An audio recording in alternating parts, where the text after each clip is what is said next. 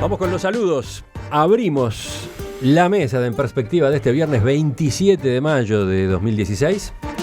Mauricio Rosenkopf, buen día. Muy buenos días. Gonzalo Pérez del Castillo, ¿qué tal? Muy buen día a todos y a todas.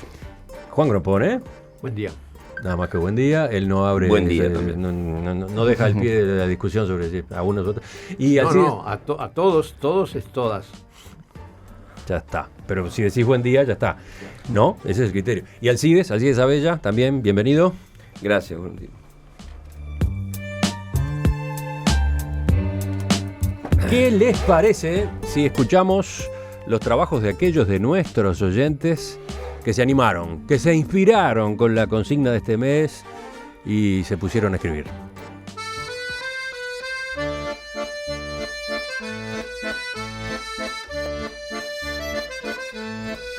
Vamos a premiar el trabajo de aquellos de nuestros oyentes que enviaron sus textos para participar en una nueva etapa del concurso de cuentos breves de En Perspectiva. Este mes la consigna era cuentos ucrónicos o contrafácticos. Los oyentes eligieron un hecho histórico ocurrido en cualquier época y lugar y le cambiaron el final para, a partir de allí, inventar, crear. ¿Qué dice el jurado? ¿Cómo nos fue con esta consigna tan loca? Tan, ¿cómo decirlo? Elitista en principio, tan críptica. Esotérica, asustante. ¿Juan? El resultado creo que es asombroso porque nunca hubo tantos cuentos seleccionados como esta vez y además creo que tenían un excelente nivel. Ahora eso sí, no todos son históricos. Hay algunos que tienen que ver con leyendas, con textos sagrados, con inclusive problemas personales. Y por ejemplo, los que se remitían a situaciones personales, que hay algunos, ¿entran efectivamente en la categoría de ucrónicos? Sí, entran, sí. Digo porque hubo alguna polémica en la página donde estaban publicados los cuentos. Había oyentes que sostenían, me parece que se fueron de la categoría, se fueron de la consigna. Bueno, algunos podía dudarse, pero tenían una vuelta que respondía, ¿no? ¿Alcides? Sí, lo que decía Juan, le digo, hay siempre una pequeña vuelta de tuerca que lo reconvierte al texto. Ahora, sí, comparto, es realmente muy interesante. A mí me sorprendió la riqueza de imaginación que tuvieron a mano los oyentes para escribir todos estos textos. Realmente, pues es una prueba, entre otras cosas, que me disculpe Juan, pero aquí sí que aquello de que el orden de los factores no altera el producto, bueno, yo creo que acá sí se demostró que el orden de los factores altera el producto y lo cambia mágicamente a veces. Sí, Peloduro tenía una sección que se llamaba el diccionario del disparate. Y si hubiera puesto la palabra contrafáctico, diría aquellos que están contra los gobiernos de facto. Por eso dejamos lo de ucrónico, para no dividir. Creo que ha sido un desafío muy interesante para los colegas que están del otro lado del micrófono. ¿Valió la pena romper un poco la monotonía? De cualquier manera, hay algunos comentarios para hacer que tienen que ver estrictamente con la escritura. Ajá. Que que de alguna forma tiene que ver con el deber que tenemos nosotros desde el lanzamiento de los cuentos. Hay algunos que han logrado un nivel excelente. Y hay otros que han quedado como tropezando en el camino. Ajá. Entonces, digamos que eso no tiene inconveniente. Yo me he pasado la vida escribiendo novelas a los tropezones. Bueno. Quiere decir que... Y Gonzalo, lo tuyo para consideración inicial y ya largamos. Bien, no. ¿Tú tenías fe en esta consigna? No tenía. La verdad es que yo no tenía fe.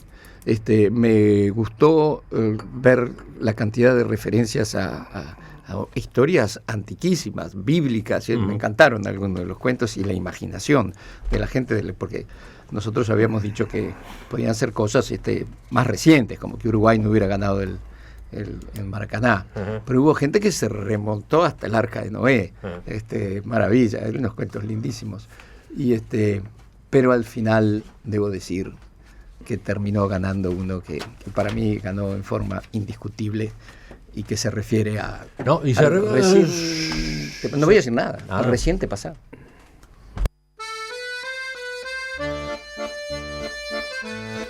Empezamos con el ritual. Empezamos a aplaudir, porque los viernes de cuentos acá nos encanta aplaudir. Empezamos conociendo a quienes llegaron hasta las últimas instancias. Como decía Juan, era Juan, ¿no? Que decía que hubo más nominados que en otras ocasiones, ¿no? Sí. Fueron 16. Los nominados son los que tenían cuántos votos del jurado. Y esta vez el jurado fue más grande. Sí, por lo menos 2 votos. Bueno, en realidad estuvo Ana también, ¿no? Estuvo Ana, pero como asesora más bien. Entonces, por lo menos 2 votos del jurado, 16 cuentos, los que firmaron estos seudónimos: Agorero, Álvaro Vic, Ararat, Brecha 1807, Crusoe, Deuteronomio, Diablito, Dilma, Huérfano, Newton, Profeta, Rocco, Rotación, Sal si puedes y Ping Ping.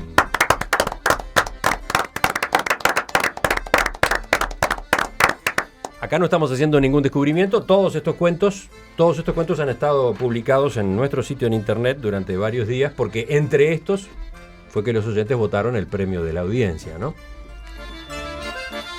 Los saludamos, los felicitamos a todos y ahora sí vamos a escuchar cuentos. En primer lugar, damos paso a los cuentos que fueron elegidos por los integrantes del jurado. Recuerden, son los que cada uno de los miembros del jurado seleccionó individualmente para leer, no necesariamente llegaron a estar nominados. Empezamos por Alcides, el que prefirió Alcides. El título: Cuento de Abayubá, cacique de la antigua España. El seudónimo era Sal si puedes. La tormentosa y larga travesía llegó a su fin. Colón desembarcó en tierra desconocida y con él españoles en busca de fama, riquezas y quién sabe qué otros sueños. Muchos ya habían caído al mar. Los demás fueron exterminados de diferentes modos de acuerdo al uso y costumbre de los nativos. Los indígenas descubrieron la ruta, llegaron a España y expulsaron españoles, moros y judíos. Inventaron nueva Inquisición e impusieron su lengua. Mataron a flechazos a todos aquellos que dudaron de la infalibilidad de sus dioses.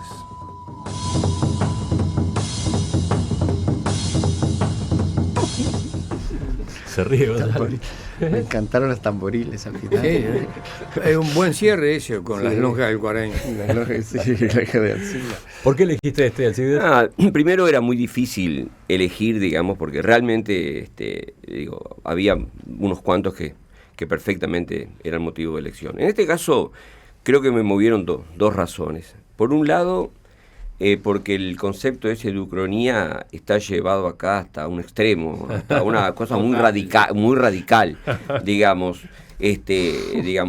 Los indígenas descubren la ruta, van a España, y arrasan, pero primero arrasan con españoles, moros y judíos, los expulsan, imponen su lengua, que es también una forma de imponer la cultura de forma absolutamente dominante, e inclusive el propio título irónico del texto, Cuento de Abayubá, cacique de la antigua España, digamos. Se ha invertido toda la relación y de alguna manera, digamos, tenía cierta cosa de humor, inclusive hasta en el hecho de que los hace descreer, digamos, de los propios dioses del viejo continente.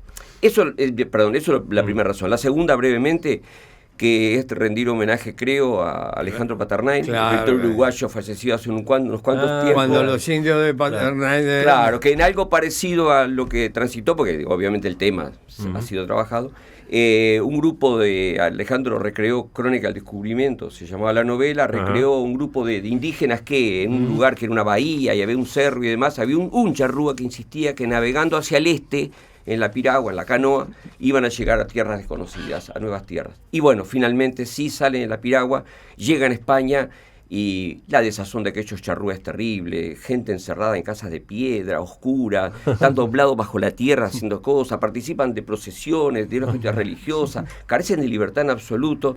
La desazón de aquellos indígenas es formidable. Ese homenaje también a Alejandro Paternay es de alguna manera el recuerdo que creo que es de los primeros parlamentos los indios no descubrieron. Bueno, ¿y quién es? Un detalle antes que de ese el coso, es muy interesante y está en la línea de todo esto, el seudónimo del autor del cuento, Salsipuede, sí, es cierto, sí. Bueno, voy a del coso entonces. ¿Quién es Salsipuedes? Eva Naxon, cédula de identidad 501.598-9. Ya la conocemos, ¿no? Mujer. Ya la conocemos. Curioso que sea mujer. Pasemos al cuento que eligió justamente Gonzalo. El seudónimo del autor, en este caso, es Rocco, con K. El título, Medalla de Plata.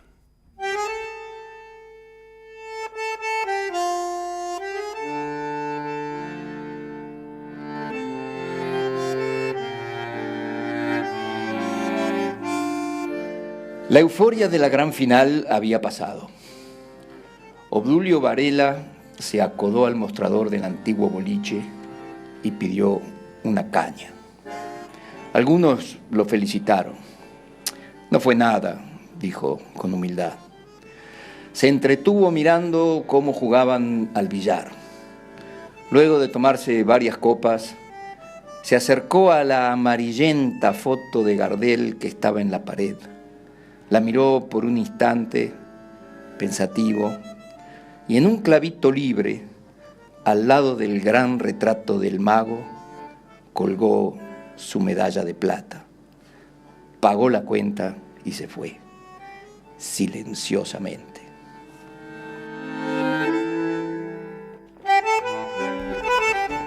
Gonzalo, ¿por qué lo elegiste?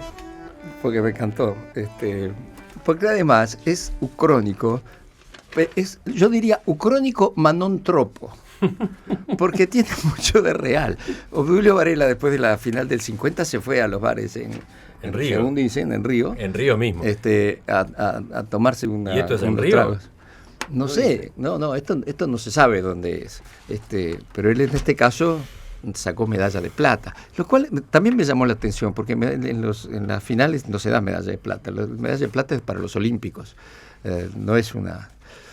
Pero me pareció que estaba muy sutilmente contado, y además me encantó eso de la foto amarillenta de Gardel. Lo que te muestra de que es una cosa más. Es decir, no pueden haber sido los Juegos Olímpicos del 24 o del 28. Es una cosa más. Sí, pero Obdulio es del 50, ¿no? Sí, Obdulio es del 50, pero no sé si en el 50 la foto de Gardel ya estaba amarillenta, o puede ser que sí. ¿Y cómo interpretan lo de medalla de plata? Bueno, ahí está lo contrafáctico, diría mi amigo el ruso. En vez de haber ganado, habíamos salido segundos. Pero me encantó porque además, yo creo que siendo ucrónico, la personalidad de Obdulio Varela, según lo que hemos podido leer y saber, está muy bien retratada. Juan, ¿ibas a decir algo? Sí, que lo fantástico de este cuento es que ucrónico es por la palabra plata, es decir, es una palabra. Sí, exactamente, ahí está, ¿no? Exactamente. Sí. Bueno, ¿a quién tenemos que saludar? ¿A quién tenemos que aplaudir? ¿Quién está detrás del seudónimo Rocco? Carlos Ascorreta, cédula de identidad 1.970.301-9. Y seguimos, pasamos al cuento que eligió Juan. Título, Ucronía Radical. Seudónimo del autor A.L.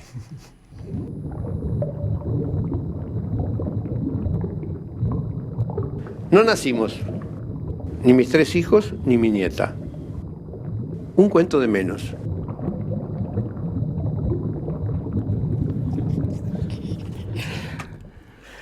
¿Por qué es tan Juan este cuento? Yo lo elegí para cumplir con el mito de que yo elijo cuentos cortos. Este es el cuento más corto que creo que se ha enviado jamás, ¿no? Vaya uno a saber, tendríamos que hacer la cuenta de caracteres. Ya que tú te ocupas de eso, podríamos repasar la historia a ver si hay cuentos más cortos. Lo notable es el ejercicio de memorización que hizo Juan con este cuento. Bueno, pero más allá de la brevedad, Y bueno, ¿es un buen cuento? Yo qué sé si es un buen cuento, pero es una buena ucronía, es decir, el relator que no nació relata lo que pasó y además termina con una alusión a los cuentos de la mesa, ¿no? Porque dice un cuento menos. Es decir, yo no mandé este cuento, ¿no? Es absolutamente autorreflexivo. Bueno, ¿y quién es A.L.? Fernando Gallardo, cédula de identidad 1.910.369-7. Cerramos esta primera parte. Escuchamos el cuento elegido por Mauricio. El título, Noé. El seudónimo de quien lo presentó, Ararat.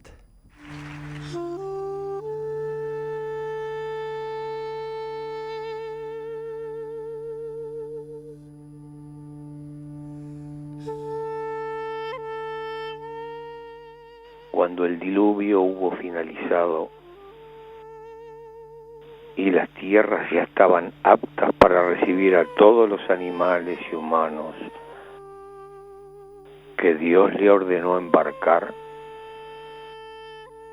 Noé comprobó aterrorizado, libretita en mano, que no había embarcado a los monos.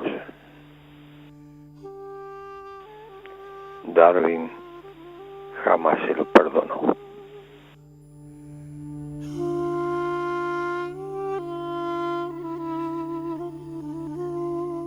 ¿Rousseau?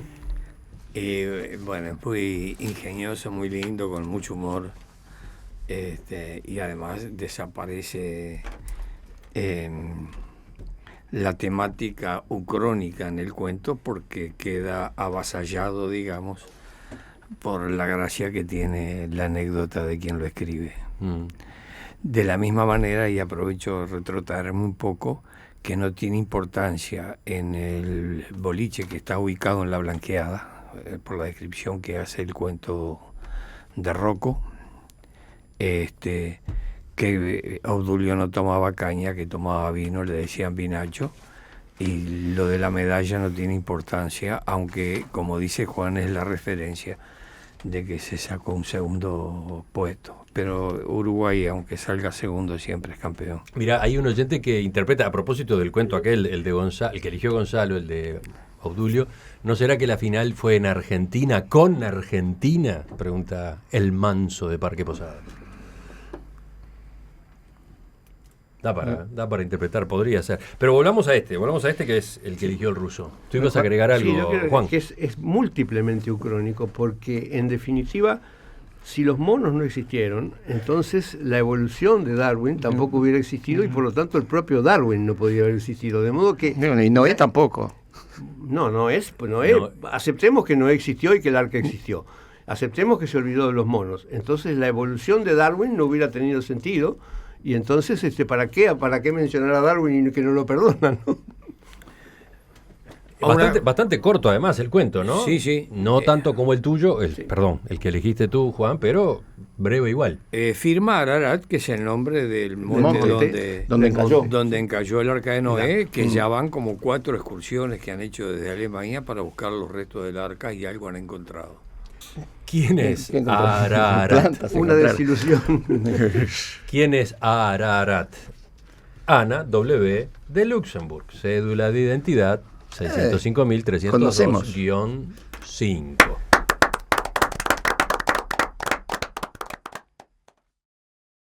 A propósito de si conocemos o no los nombres de quienes escribieron estos cuentos, los primeros 4 que pusimos al aire hoy, les aclaro que el equipo de producción está trabajando ya de manera muy intensa con los archivos y tengo un buen relevamiento. Los cuatro tienen antecedentes. Los 4 son reincidentes. Reincidentes. ¿Sí? Y en varias ocasiones, En varias ocasiones. Ahora con el nuevo Código Penal. Sí. Problema. Guambia si se integra a su vía al jurado. Fernando Ariel Gallardo, Eva Nasson, Carlos Aloysias Correta, Ana W. de Luxemburg. Los cuatro son ya conocidos de todos nosotros. Bueno, yo creo que esto habla bien del jurado también, ¿o no? Ya que estamos. que hablamos también de los cuentos. Habla también bien del jurado. Que el jurado hable bien de sí mismo, a ver. Me encanta. Hable. No, digo que habla bien del jurado. Es decir, hay gente evidentemente talentosa en la sociedad, todos participan y todo, pero al final el jurado termina eligiendo, detectando ese talento que existe. Habrá sorpresas, vamos a ver cómo sigue.